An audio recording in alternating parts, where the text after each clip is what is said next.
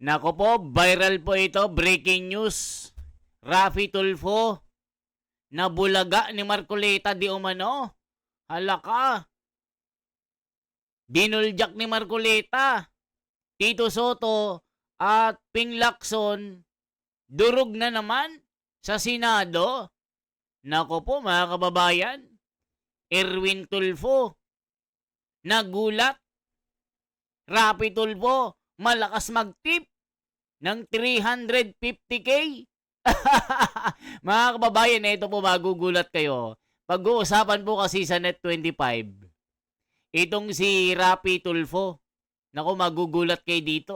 Marcoleta, may malaking revelasyon na ikagugulat ng mga senador. Nagulat si Boying dito. Yan kasi mga sabi ng komento, mga kababayan, panoorin po natin. Totoo kaya? Nagkainitan daw eh. Nako, magugulat kayo dito. Panoorin natin sabay-sabay. Pwede na. Oh. Sige. Sige, pakinggan natin, Senador Ping Lacson. Saglit lang doon, nagtatago, hinahanap pa si Bato de la Rosa. Ayun muna Erwin Tulfo. Erwin Tulfo muna. Magkano bang tinip? Binigay ng tip? Gano'n? Hindi, Vice Chairman naman siya ng Blue Ribbon. Yung kapatid niya. Si Raffy, hindi, sino ba nagsalita? Erwin ba o Raffy? Erwin Tulfo. Erwin. Yung Erwin muna. Hindi pa nagtitip daw si Erwin. Hindi pa nagtitip si Erwin. Sige nga, pakinggan natin. Paano bang dyan? Anomalya sa BIR? Extortion. For years, small and big businesses, mula po sa maliliit na family convenience store hanggang sa malalaking korporasyon, have raised serious concerns recently. Many claim that they were subjected not to fair tax assessment, but to pressure, intimidation, and questionable demands in exchange for the withdrawal or softening of tax investigations. The very instrument meant to ensure lawful tax compliance is being weaponized for corruption and extortion. Sa halip na tulungan natin ang ating mga kababayan na lumago ang negosyo, ginigipit pa ang pinagkakakitaan. Takot din po ang ating mga kababayan na magsumbong sa BIR offices dahil sa pangamba na mas lalo sila pag-iinitan at gipitin. Ayun, magkasunod na pahayag pala yan. Senador Erwin Tulfo at Senador J.B. Ejercito Nelson. Oo nga, no? Tama ka. Lumaktaw na nga. At ang iba na pinagtutunan ng pansin ngayon. Ito pong, ang tawag yun, LOA ba yun? Letter of Authority. Ito namang issue na ito ay importante din, Jen. Kasi talagang napakaraming negosyante ang inirereklamo itong LOA na ito. Hindi lang Metro Manila, buong Pilipinas. Yes. At ito ay napakatagal na. Ewan ko lang, ano ha? Ang masakit dyan, Nelson, baka walang kaalam-alam itong bagong BIR Commissioner. May patatawag ba nila yung dati? Kasi nakita ko nagpapaliwanag dyan kanina, yung dati si Kim Inares. Dating BIR Commissioner yan eh. Ipinaliliwanag niya kung ano ba ang kapangyarihan ng LOA na yan, yung mga letter of authority. At pagkatapos, paano nagagamit daw yan? Dito, ditong, ano ba, sa panahon ni Commissioner Lumagi, yun ba yan?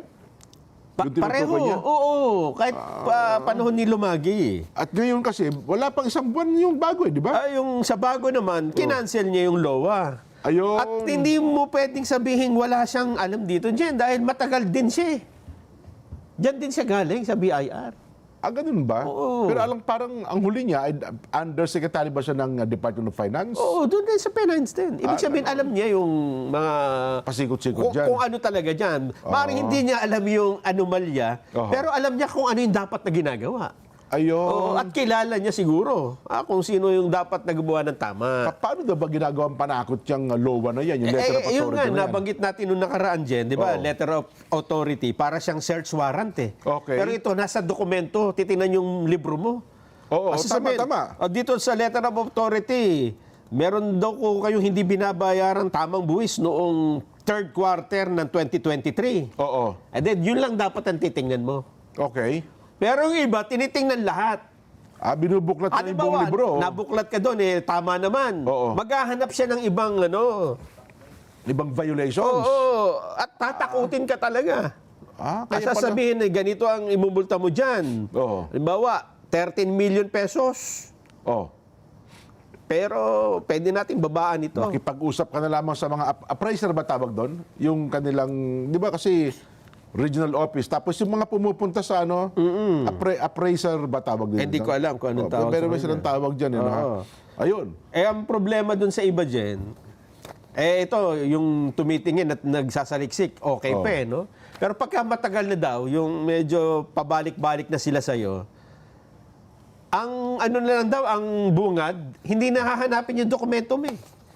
Ganon. Ang sasabihin nila sa'yo, magkano po i-offer ninyo? Oo nga. Alam mo naman, kumbaga, alam mo naman yan eh. Oo, may hawak na gano'n. Lowa po, magkano ba pag-uusapan natin dito? Ganun na Pahihirapan kaagad. pa ba natin ito? Ganun na kaagad. Oo. At saka ito daw, pala Nelson, kapag ka ang mga tauhan ng BIR ang gusto mag-usap ka sa restaurant, huwag ka rin pumayag. Dapat pa na yan sa opisina pinag-uusapan pala yan. Bakit naman sa restaurant, Oo. di ba? Ang gusto daw ng mga pumupunta, boss, doon tayo sa restaurant tayo mag-usap ha. Doon tayo para walang gaanong tao. Oo. Yun ang sinasabi. Buti pa yan, pupunta pa ng restaurant eh. Oh. Iba doon mo mismo sa lugar mo. Dapat daw pala, dala-dala yung libro, dadalhin doon sa ano. Ayun. Para ipakita yung mga ebidensyang nakalap nila. Anyway, so ano ang layunin? Mukhang, ano ba, re-resolbahin ba nila itong bagay na ito? Sa tingin ko ito, Jen, mas mabilis itong makita. Kasi may mga, maraming negosyante na nagrereklamo. Tapos may, kita mo naman nakalista eh. Hindi ba? Oo nga. Nakalista magkano kinolekta, magkano na-reflect dun sa BIR mismo, Oo. at magkano yung sinabi nung negosyante na kinuha sa kanya. Kaya pala, kung meron daw ghost flood control project sa DPWH, dyan daw sa BIR, meron din ghost receipts. Ghost receipts pala yan. Sa tingin ko, ito mas mabilis tapusin. Oo. Mas masalimuot, komplikado, yung sa flood control kasi mas maraming Maraming, maraming character tatago doon eh. Oo. Ito, dalawa lang ang nag-uusap eh. BIR lang, tsaka ano eh. Negosyante. Diba? Negosyante. Ngayon, madali yan, Nelson. Ang problema mo lang dito kasi minsan negosyante, ayaw din nila ng may kaaway kung ikaw negosyo lang eh. Oo. Diba? Lalo kung mga Filipino-Chinese. Pero ako dyan, Oho. yan ang mga negosyante na yan, may mga asosasyon yan eh. Oo naman. Oo, tama ka. Meron talaga yan. Siguro ngayon, ma-empower yung mga association, Oho. yung mga malalaking kumpanya, kahit na yung maliliit, yung mga grupo ninyo, kasi sila nakakaalam kung paano sila Kinukotongan. Kinokotongan. O ini-extort Oo. ng mga opisyalis ng BIR. Hindi naman siguro sila papayag na palaging gano'n, di ba? Totoo. Nako. Pipigain ba nila yung mga negosyante o yung mga tauhan ng BIR? Kasi pag yung negosyante ang pinigaan ninyo, sabi ng negosyante, ginugulo niyo ako, sa ibang bansa na lang ako magnegosyo. Oo. Bahala kayo sa bansa ninyo. At ang masama Di dyan, ba? Jen, Ito, hindi natin nakikita yung epekto nito sa kabang bayan eh. Pagka kasi ganyan na may mga nangungupit, tax na yan, nagbabayad na yan. Oo. At tapos ako, nalaman ko yan, ako magtatayo pa lang ng negosyo, mas mapipilitan ako huwag magbayad. Madi-discourage ka na talaga dyan. Una, hindi ka magnegosyo, di ba? Ayaw mo na. Pangalawa, magnegosyo ka man, itatago mo na yung mas malaki mong kita. Totoo. Di ba? Kasi nakikita mo puro tiwali eh. Pwede ka na pala makipag-negotiate na lang. Oo. Magbibigay ka na lang ng maliit na halaga dun sa... Kasi yan, tama ka. Ayan, nakita nyo po mga kababayan, puro kawatan na ngayon. BIR, DPWH, lahat na po ng ahensya, puro magnanakaw na. Kakahiya talagang Pilipinas. Ang legasiya, puro nakaw. Lahat ng RDO, yung regional offices, district offices nila, tukoy naman nila kung sino-sino ang big taxpayer, di ba? Oo. At tapos sino ba ang delinquent? Sino ang hindi nagbabayad ng tama? Di ba? Hindi naman maniningil sa mga personal eh. Yung mga maliliit na nagbabayad ng buwis, yung personal income tax, maliliit na, barya-barya lang yan. Oo. Yung mga may negosyo ito. Yung mga laking negosyante talaga. Makikita naman nung magkano binabayaran ito. Uy, 10 milyon. Nako. Pwede ito. Pupuntahan na nila yun. Nako. Target na. Ganun pala, no? Eh kung sa isang lugar maraming mga negosyante at mga malalaking taxpayers, paldo-paldo pala Bibigyan sila. na kita ng sample. Diyan sa Makati. Ayan, andyan ang mga main office ng mga malalaking tanggapan Makati. Yan, magkakatabi na yan. Makati, Pasig. Diyan maraming nagre-reklamo. Pasig, Mandaluyong, dito sa Quezon City. Ganon. Nagre-reklamo sila. Na? Yun nga. Iniimbestigahan sila. At so, tignan natin, meron kayang state witness din kaya Dapat lang. ang Blue Ribbon na magsasalita tungkol sa bagay na ito? Dapat. Diyan sila makakuha. Baka ang mangyari dyan, i-inform lang nila yung particular na senador, pero wala naman talagang lalabas na direktang mag-aakusa. Oo. Di ba? At saka dito, Jen, ewan ko lang kung ito ay parang institutionalized din. Oo. At para bang may nag-uutos na, mangolekta kayo, meron tayong May quota. quota, may quota. kada buwan. Yan ang hindi pa lumalabas yan, pero baka may ganyan din. Kaya pala, Nelson, sa mga nakalipas sa taon, minsan, hindi pa nakahit ng target ang BIR. Ayun nga. Alam niyo mga kababayan, si Tatay Digong wala yan eh. Bawal noon. Ngayon lang nagsilitawan yung mga gutom na buhaya ngayon. Kaya nakakahiya. Ang tibay ng mga loob ng mga ito. Dapat yan ang mga kinukulong. Hay nako, mga kababayan. The legacy of this government is corruption.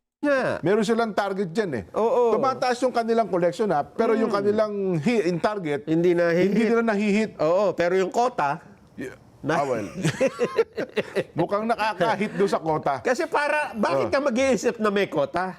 Kasi parang, walang takot yung dyan eh. Oo. Walang takot na gawin. Pangalawa, talagang insistent. Ganun. Parang naghahabol ng Nagpupursige talaga. Nagpupursige talaga. O mga kababayan, tignan nyo po ito. Sabi dito sa title ng video ng News 5. PBBM, sana maipagpatuloy ang mga pagbabagong nasimulan. Naku po, ano kaya itong pagbabago na ito? I-check na natin kung ano yung pagbabago na sinasabi nila, mga kababayan ko. Antindi may pagbabago pa lang nangyayari Malupit, I-check nga natin. Anong pagbabago ito? Mga kababayan, legasiya. The most corrupt country. Hindi pinapautang ng World Bank tapos may pagbabagong nasimulan. Naku po, tignan nga natin. Magugulat kayo dito. Masyasyak kayo dito. May pagbabago pala ito. Ito po.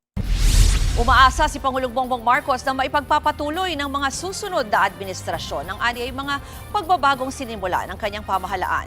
Sa Part 2 ng BBM Podcast Episode 6, natanong ang Pangulo kung may mga bagay ba siyang babaguhin sa naging desisyon ng kanyang amang si dating Pangulong Ferdinand Marcos Sr. Giit ng Pangulo, hindi na uubra ang mga dating patakaran at mga gawi nung panahon ng kanyang ama. Ibang-iba na raw ang takbo ng mundo ngayon, kaya iba na dapat ang paraan kung paano aatakihin ang iba't ibang sitwasyon. And the reason the structural change is important is because kahit wala na ako rito, sana yung mga pagbabagong nasimula namin o na tumatakbo na, matuloy-tuloy na para hindi na matanggal.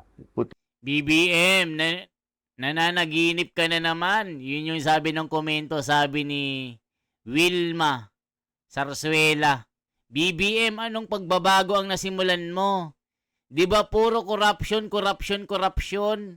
Puro baha. Ano itong pagbabagong ito? Nako po, BBM.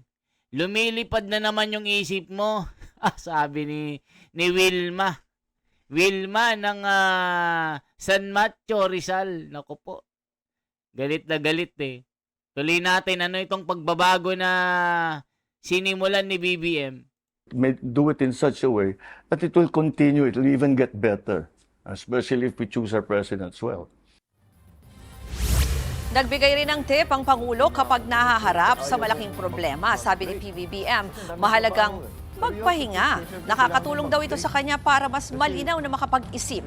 Malaking bagay rin daw na naging presidente ang ama niya dahil nakita niya kung gaano kahirap maging pangulo. So for 20 years, napapanood ko siya. Sabi ko, alam ko pa, ang hirap na trabaho ito.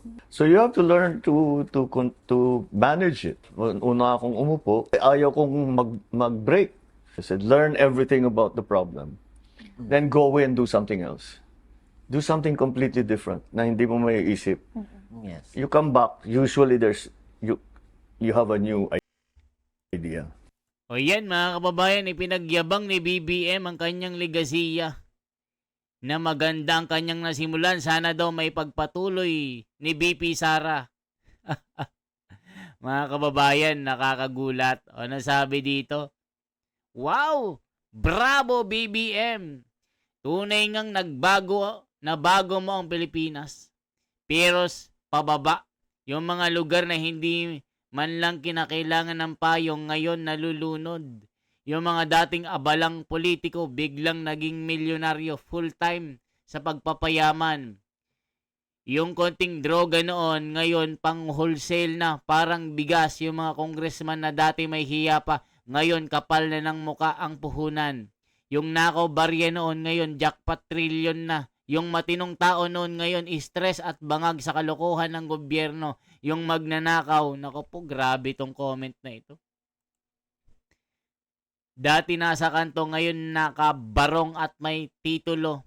Honorable at yung mga proyekto noon may konkretong ebidensya, ngayon puro multo. May budget pero walang laman. Salamat sa pagbabago, Mr. President. Sabi ni Inday Iloilo, mawalan din sana kayo ng prangkisa. Grabe, ano? Kupal tong TV5 maka BBM. Ang galing. Ang alin ang mahalin ang mga adik at padamihin. Ha ha ha ha. Extend BBM is my president. Ala ka, mga kababayan ko. Ano kaya ang legasiya ng ngagba na ito? Loyalista lang naniniwala sa kanya. Ala ka. Pati ganyan binabalita nyo. Nako po. Baliw talaga itong si ano. Galit na galit kay BBM. Sa bagay mas malala yung previous admin, sabi niya. Isa lang ang maganda na gawa ng digong nyo. Bawas ang mga adik pero hanggang dun lang. Pero sa sobrang kota ng mga pulis, pati inosente naging biktima. Magbago ng Pilipinas. Dati ang adik nasa kulungan, ngayon nasa Malacanang. Galit na galit yung mga Pilipino, mga kababayan ko. Ginulat ni BBM ang buong Pilipinas. Balitang balita ang kanyang legasiya. Tawang-tawa yung mga Pilipino dito, mga kababayan ko. Ano ang legasiya ni BBM? Puro korap. Nako po, mga kababayan, ano masasabi nyo? Isang like, isang share po at isang subscribe. Ano po ang legasiya ni BBM? I-comment nyo po, mga kababayan. Isang like, isang share, isang subscribe. I-comment nyo sa anong lugar po kayo, kokomentan po kayo. Salamat po.